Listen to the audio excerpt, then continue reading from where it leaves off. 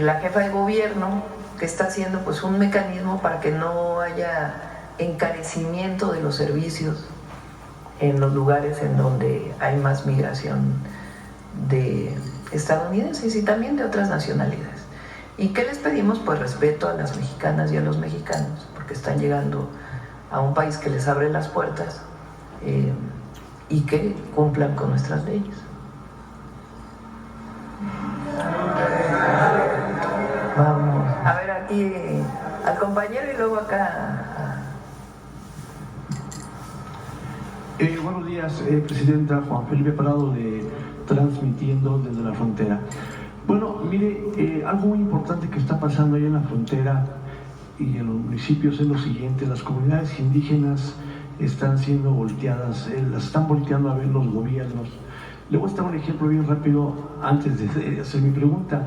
El caso de la presidenta municipal de Playa de Rosarito, la maestra Rocío Adame Muñoz, y el regidor que preside la comunidad indígena, Gustavo Fidel Ortiz, están trabajando de una manera muy directa con las comunidades indígenas, con lo que es sectores que antes no habían sido volteados a ver. Mi pregunta en este sentido, presidente, sería: ¿qué mensaje le da a aquellas comunidades que en verdad, lo digo porque me consta, están creyendo en el modelo de gobierno de la Cuarta Transformación? ¿Algún mensaje a esas comunidades tan importantes, dignamente mexicanas? Hay, digamos, yo diría 3 acciones muy importantes que ha tomado la Cuarta Transformación desde el presidente López Obrador con respecto a los pueblos y comunidades indígenas y afromexicanas. Lo primero son los planes de justicia. Son planes que se construyen con una comunidad o con un pueblo indígena o afromexicano junto con el gobierno, y ahí se determina qué medidas, qué acciones tomar. No solamente de escuelas, hospitales, caminos, obras de infraestructura social, sino también regresarles tierras y derechos de agua. Esto no hay, fuera del general Lázaro Cárdenas, otra historia similar. Y va acompañado de algo muy simbólico, que es el perdón por las atrocidades del pasado que cometió el Estado mexicano en su momento. Entonces, eso coloca a las comunidades y a los pueblos de una manera distinta. Segundo, el cambio constitucional, el reconocimiento de los pueblos y comunidades como sujetos de derecho público. Es decir, una comunidad indígena no tenía reconocimiento a menos que tuviera una propiedad comunal o ejidal en el derecho agrario. Pero como comunidad tú no podías presentar a la corte o a no eras reconocido como sujeto de derecho. Hoy sí, y además con todos sus derechos, todos los derechos, y el derecho también a gobernarse de la manera que ellos elijan. Y el tercero que estamos haciendo ahora es que por primera vez hay presupuesto directo a los pueblos y a las comunidades indígenas. Siempre hubo presupuesto federal que ejerce la federación, presupuesto estatal que ejercen los estados y presupuesto municipal que ejercen los municipios. Ahora hay otro nivel, que es el presupuesto que se le otorga directamente a las comunidades y a los pueblos indígenas y afromexicanos. Este año son casi 13,000 millones de pesos y queremos que siga aumentando este monto. Es decir, el presupuesto público que se entrega, y ellos en asamblea determinan quién lo ejerce, cómo se ejerce. Las tesoreras son mujeres, siempre, mujeres indígenas, y ellos determinan en qué proyecto lo quieren implementar. No existía en la historia de México. Yo he dicho que en todas las transformaciones, en la independencia no hubo reconocimiento de los pueblos en la Constitución del 24. En la del 57 tampoco.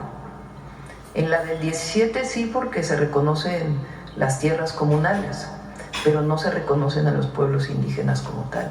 Es hasta la cuarta transformación que llega la Constitución, la historia, el origen, con sus derechos.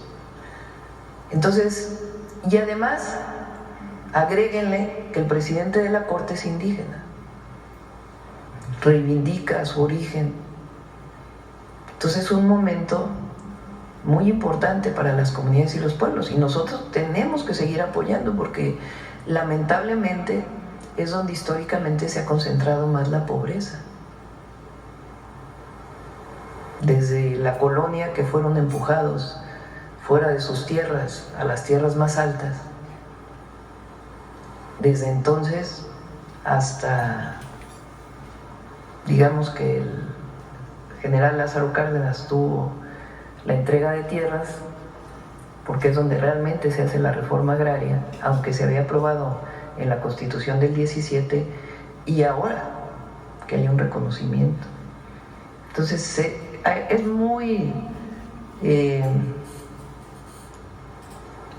es uno de los grandes logros de la transformación, y hay que seguir trabajando. Entonces eso le da mucha fuerza también a las comunidades. Ok, Presidenta. Bueno, hay otro tema muy importante.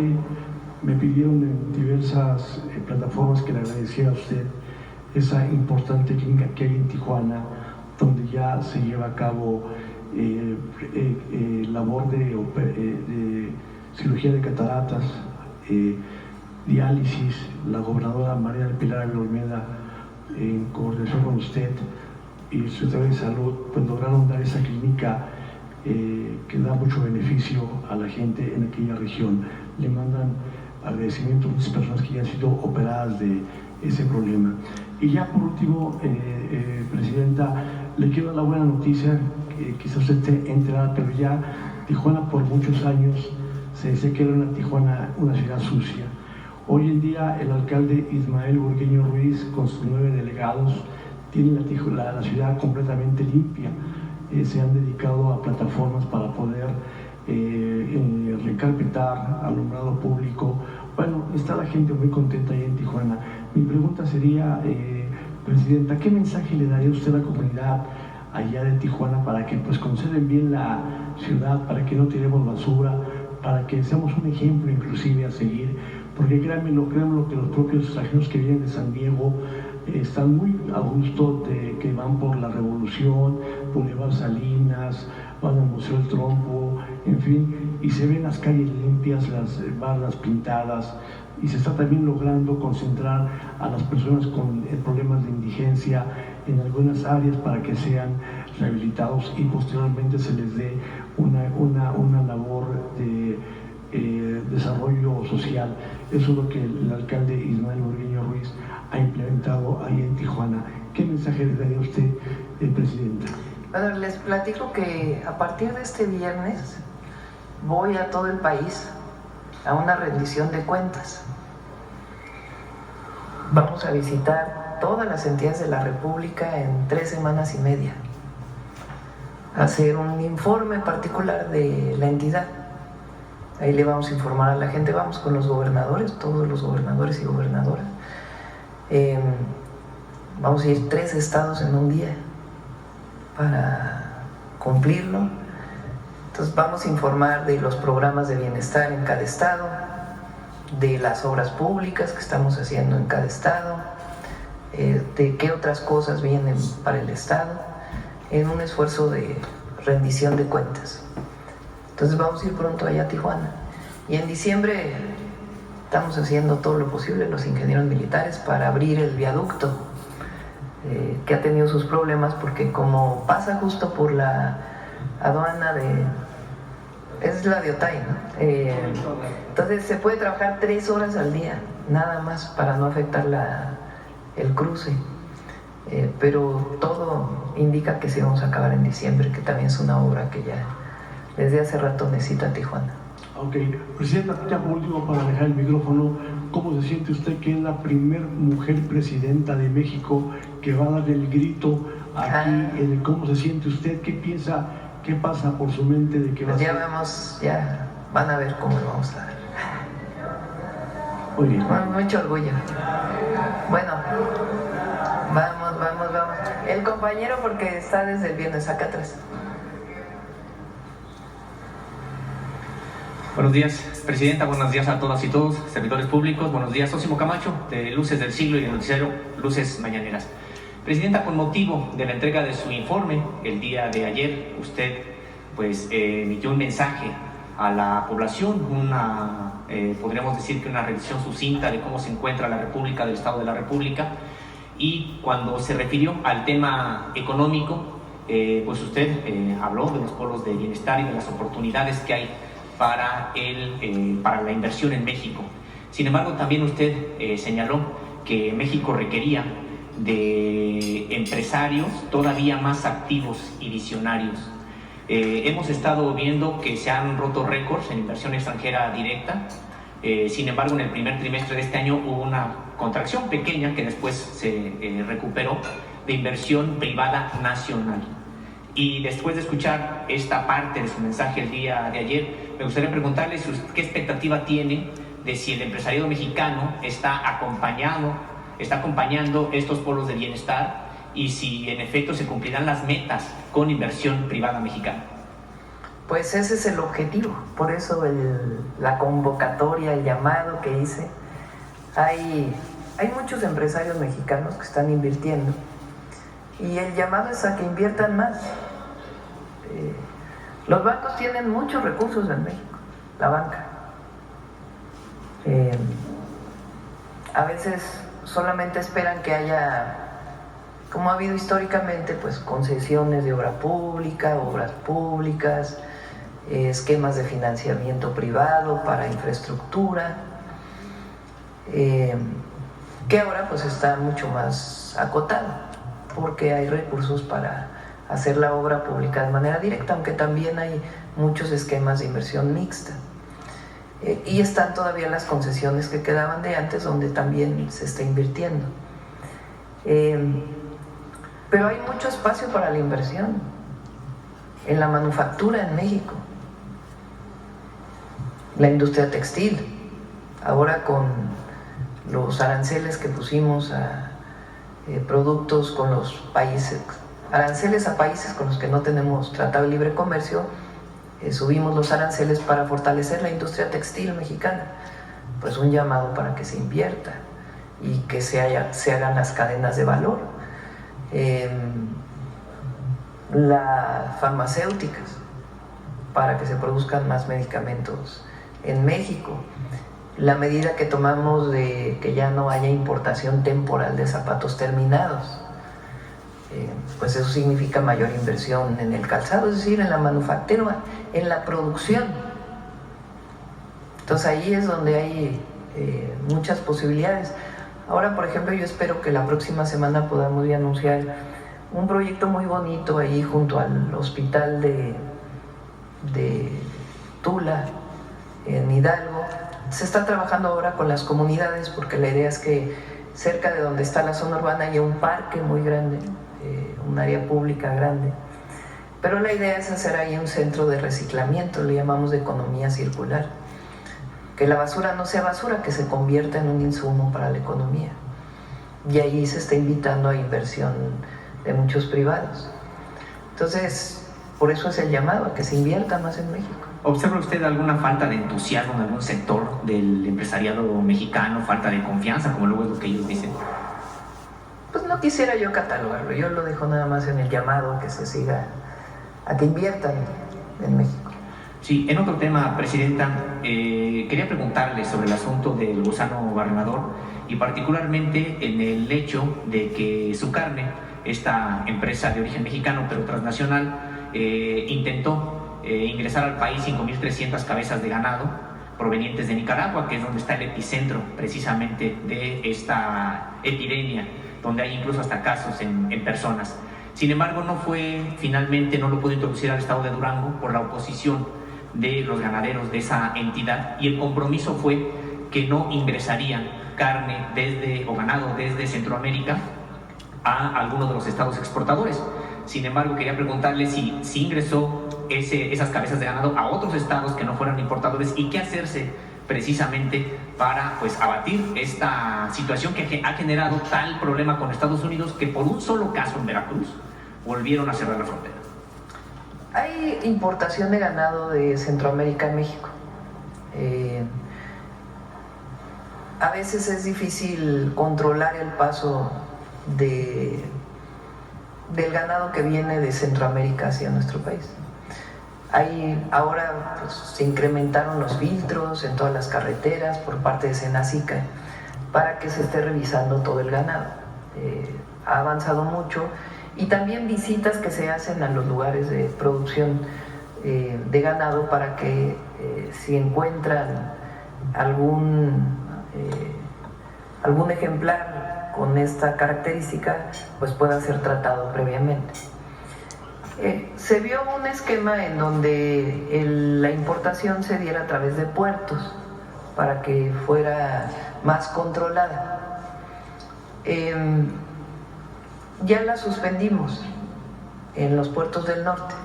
Se está viendo la posibilidad de que llegaran a Puerto Chiapas, por ejemplo, para que fuera directo y ahí tuviera más control y hubiera las revisiones necesarias. Esa es una de las opciones. Entonces ya suspendimos la autorización que se les había dado para llegar a Mazatlán, estaban llegando a Mazatlán.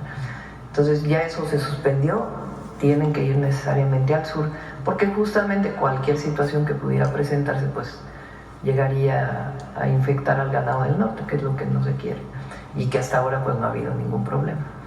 Entonces se limitó nada más al puerto del sur, está en esa circunstancia. Y ahora lo que vamos a anunciar, ahora que vaya a Sonora, Coahuila y Durango, después lo vamos a hacer en Chihuahua y en Tamaulipas, es un esquema de producción de carne para nuestro país,